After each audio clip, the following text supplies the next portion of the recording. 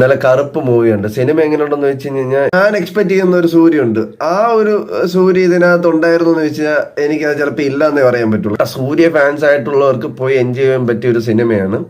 Normal ആയിട്ടുള്ള ഓഡിയൻസിന് ചിലപ്പോൾ അത് ഇഷ്ടപ്പെടണമെന്നില്ല. ഫാൻസിന് വേണ്ടി ഡെഡിക്കേറ്റ് ചെയ്ത് ഒരു മാസ് എന്റർടൈൻമെന്റ് അങ്ങനെ ഇരുന്ന് ഈ സിനിമ കാണുകയാണെങ്കിൽ ഓക്കെയാണ്. അല്ലാതെ ഈ പടത്തിന്റെ ലോജിക്ക് കാര്യങ്ങളൊക്കെ ഇരുന്ന് കണ്ടു കഴിഞ്ഞാൽ നിങ്ങൾക്ക് ചിലപ്പോൾ ഈ പടം ഇഷ്ടപ്പെടത്തില്ല.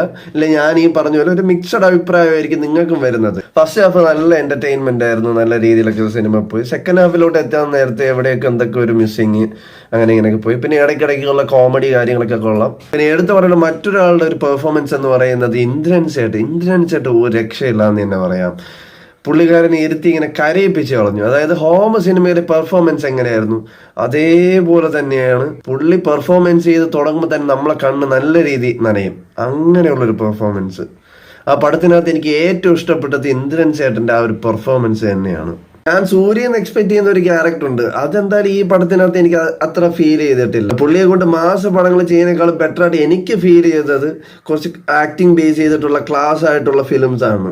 ലൈക്ക് സുറാ റിപ്പോർട്ട്, ജയ്ബം, ആയുധെഴുത്ത്, പിതാമകൻ, ഇങ്ങനെയുള്ള സിനിമകളില്ലേ, ആ ഒരു ലെവൽ പടങ്ങളാണ് എനിക്ക് കുറച്ചുകൂടെ പേഴ്സണലി സൂര്യ എന്നുള്ള ഒരു ക്യാരക്ടർ ബേസ് ചെയ്ത് എനിക്ക് ഇഷ്ടം. എനിക്ക് ഈ പടങ്ങളുടെ എല്ലാം കൂടെ മിക്സ് ചെയ്തൊരു പടം പോലെയാണ് തോന്നിയത്. കാഞ്ചനയും കാന്താരയും ആ സിനിമയൊക്കെ ഒന്നുകൂടെ മിക്സ് ചെയ്തിരുന്ന് കണ്ടതുപോലെയാണ്. ഇപ്പൊ കണ്ടവരാണെങ്കിൽ ജസ്റ്റ് നിങ്ങൾ കമന്റ് ചെയ്യുക, നിങ്ങളുടെ ഫീഡ്ബാക്ക് പറയുക, എങ്ങനെയായിരുന്നു നിങ്ങൾക്ക് ഈ സിനിമ കണ്ടിട്ടുള്ള ഒരു എക്സ്പീരിയൻസ് എന്ന്.